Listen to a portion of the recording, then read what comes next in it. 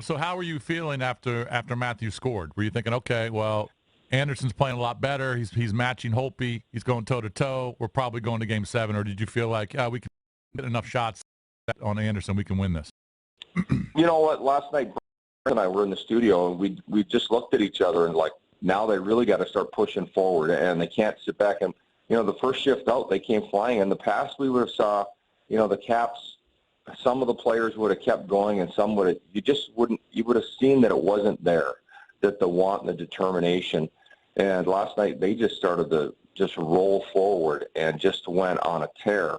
And once Johansson tied it up, I knew it was all over. I felt very confident that the game was over. And then in overtime, they turned it up.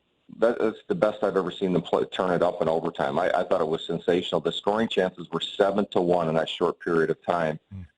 10 shot attempts to 5 perimeter attempts for the Leafs. So, man, they just went at them as hard as they could. They weren't coming out of there without a win.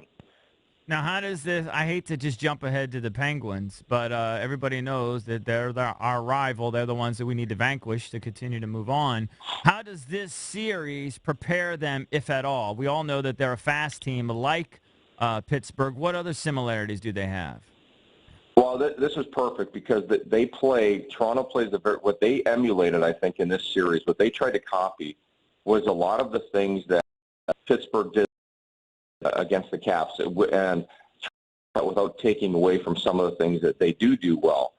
And, last year the theme for the Penguins was to get the puck out by hook or by crook any way possible out of their zone within 3 to 4 seconds when it was down there. So they started those high flip passes. They just started hammering it out. They were taking some icings. And so that was one thing that the Leafs were doing. But any way possible as quickly, because they didn't want to play in their own zone. And then the net front attack by Toronto, I think, is harder than to play against than what the Penguins do. Now, the Penguins, they still have a lot of skilled players, and I watched that Columbus series, and they scored a lot of net front goals, a lot of stuff around. But they weren't getting the pinball tip. They were getting the real pretty stuff because Columbus was going way out of their way to mutilate and annihilate the Penguins. And, with left holes in their ice. So I think what this does is, from watching that series and from playing against Toronto, what you'll see is that the styles are very similar. They love that pass to the far blue line where they throw it behind your goal line and then there. Well, the Caps tried too hard, tried to get too many hits last year. They tried to pummel the Penguins into submission, and I think that, they had a couple games where they had over 50 hits. And that's just too many because it means you don't have the puck. The Caps did better in this series. They figured they had to keep the puck. They played more of a possession game. So I think it was a great tune-up and prepares them to be more evenly matched this season against the Pittsburgh Penguins. So you think this is going deep. So this is going 6 or 7. Do you feel good about the Caps' chances? Yeah, a lot. You know what? A lot better than I did last year, because last year I saw the freight train that was the Pittsburgh Penguins, and they were flying. They were playing fast. They never had to change their style to play against anyone. And when I played players on their skating ability, and we had a huge hole with Mike Richards, a guy that they tried to have in the lineup last year. Mike just couldn't skate anymore. The hockey sense was there, the effort, the intensity, the hockey smarts, but that doesn't make up for losing your legs.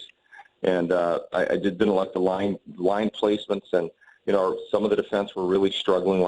I think that's all been taken care of. So this Cap team has more to it than that one did, and I think maybe going 6 games in the series really helped the Caps out as long as they had the break. I didn't want to see them go and, say, win a Game 7 on Tuesday and then have to go against the Leafs on Thursday without time to prepare. So this gives them more time to prepare and realize, how critical every inch of the ice is and how important it is to make all those great defensive assignments, sacrifice your body, and still not forget how to play inside the other team's zone. So they won't be as physical, they won't be as hard, the Penguins, as the Leafs were. So there's that for the Capitals, but it's still going to be a 7-game series because they still have the best player in hockey, and that's Sidney Crosby. He continues to dominate. He came up with huge goals in the Columbus series. Malkin is playing better than he has at any time this year.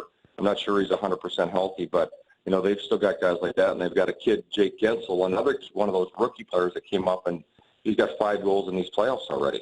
And played half a season, had 15 goals in half a season. So they just continue to find young, fast hockey players but I think that it's going to be a long series.